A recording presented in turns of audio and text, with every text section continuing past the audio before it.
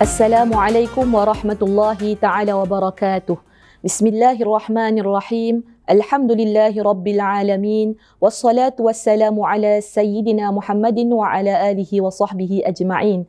Alhamdulillah, kita bersyukur kepada Allah Subhanahu wa taala kerana dalam kesempatan ruang kali ini kita dapat bertemu untuk berkongsi mengenai zakat dan rahmat di sebaliknya. Sifat rahmat merupakan sifat Allah Subhanahu wa taala, datangnya daripada Allah Subhanahu wa taala, dan Allah Subhanahu wa taala sendiri suka untuk dikenali dirinya dengan sifat Ar-Rahman dan Ar-Rahim yang datang daripada perkataan rahmah itu sendiri, yang Maha Pengasih lagi Maha Penyayang. Sebagaimana yang kita selalu baca, Bismillahirrahmanirrahim, dengan nama Allah yang Maha Pengasih lagi Maha Penyayang. Dalam kehidupan seharian kita dan dalam banyak perkara, juga ibadah yang kita lakukan, terdapat di dalamnya sifat rahmah. Di antaranya dalam ibadah zakat kita, apabila kita menunaikan zakat, di situ adalah manifestasi rahmat yang Allah Subhanahu wa taala telah berikan, anugerahkan kepada kita, kita kongsikan dengan orang lain. Ingatlah muslimin dan muslimat, dalam harta kita ada hak orang lain. Ini kerana harta itu adalah amanah, nikmat dan juga ujian daripada Allah Subhanahu wa taala.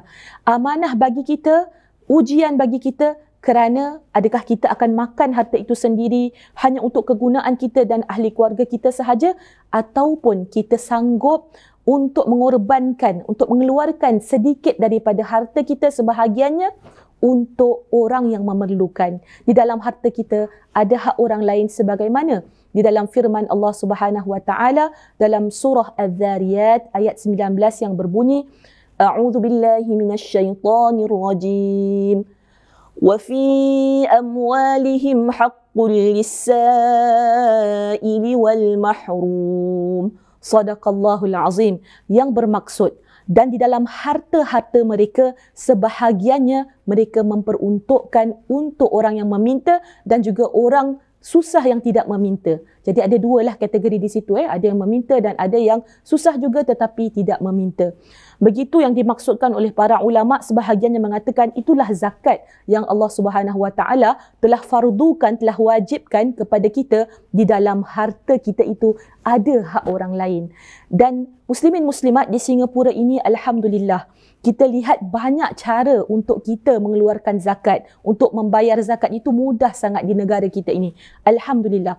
Mungkin sebahagian kita selesa pergi ke masjid ataupun berdepan dengan amil dan sebagainya. Namun dalam suasana pandemik hari ini adalah suatu perkara yang bijaksana juga jika kita lakukan di dalam keselesaan rumah kita tanpa perlu keluar.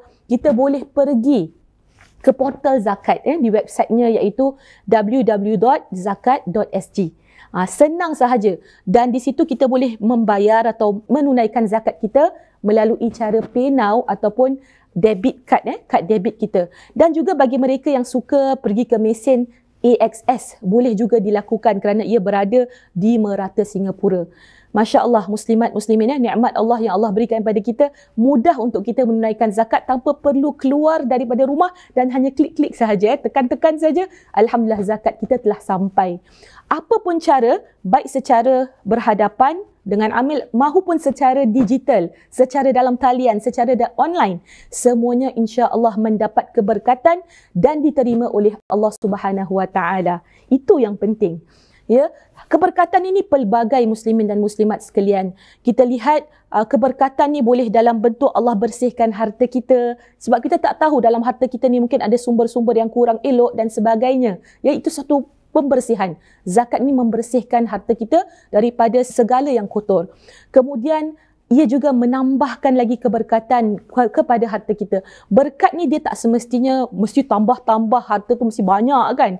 Nampak? Dia juga dalam bentuk Allah pelihara keluarga kita. Allah pelihara harta kita daripada penipuan, ya, daripada diambil oleh orang, ya, daripada segalalah perkara-perkara yang tidak baik yang kita nampak maupun yang kita tak nampak. Itulah kepentingan zakat yang boleh kita lihat, ya, muslimin dan muslimat yang kita kasihi sekalian. Kemudian keberkatan yang lain juga yang kita boleh lihat, bukan sahaja di dunia tapi juga di akhirat. Harta yang sedikit itu nanti Allah Ta'ala akan gandakan sampai kita tak tahu ini yang sedikit yang aku lakukan di dunia, tapi aku dapat lebih berlipat kali ganda di akhirat kelak. Ini datang dalam bab iman kita, sebab tak nampak kan. Bila tak nampak ni, manusia selalu rasa masih jauh lagi. Tetapi bila di akhirat, hatta sedekah itu sendiri, sedekah tu dia tak wajib macam zakat. Sedekah pun kalau orang meninggal ni, dia rasa sedekah ni yang paling penting dia nak lakukan. Dia minta, ya Allah, panjangkan umur aku sedikit atau kembalikan aku ke dunia supaya aku boleh mengeluarkan hartaku lagi. Masya Allah. Kalau sedekah yang biasa pun dah hebat, apalagi zakat yang Allah Subhanahu Wa Taala telah fardukan ke atas kita sebagai umat Islam di atas kelebihan yang Allah telah kurniakan daripada harta kita. Muslimat, muslimin yang saya kasihi sekalian, dalam suasana hari ini, pandemik COVID-19, maka bila kita buat zakat ataupun kita melunaskan zakat kita melalui cara online, ya, cara dalam talian, maka itu salah satu daripada usaha kita untuk menjaga keselamatan diri kita, keluarga kita dan juga masyarakat kita. Ya, jadi banyak masa kita di rumah tu kita gunakan untuk buat amal ibadah, untuk juga menunaikan kewajipan zakat kita. Ya, kerana apa? Keselamatan itu juga adalah suatu aspek yang penting dalam agama kita. Ia juga adalah salah suatu daripada jalan menjaga diri kita, itu adalah ibadah. Ya, keselamatan diri, menjaga keselamatan orang lain, menjaga keselamatan masyarakat, itu adalah tanggungjawab kita juga. Sebagaimana zakat adalah tanggungjawab sosial, menjaga keselamatan itu juga adalah salah satu daripada tanggungjawab kita, amanah kita sebagai seorang mukmin. Muslimat, muslimin yang saya kasihi sekalian, dalam bulan Ramadan yang penuh barakah ini, kita semua ingin merebut pahala dan meraih pahala dengan melakukan pelbagai amal kebajikan. Kita bersyukur kepada Allah Subhanahu Wa Taala kerana dalam waktu ini kita masih diberi kesempatan, nikmat oleh Allah Subhanahu Wa Taala untuk pergi ke masjid menunaikan ibadah solat tarawih kita yang kita rindui, yang kita nanti-nantikan.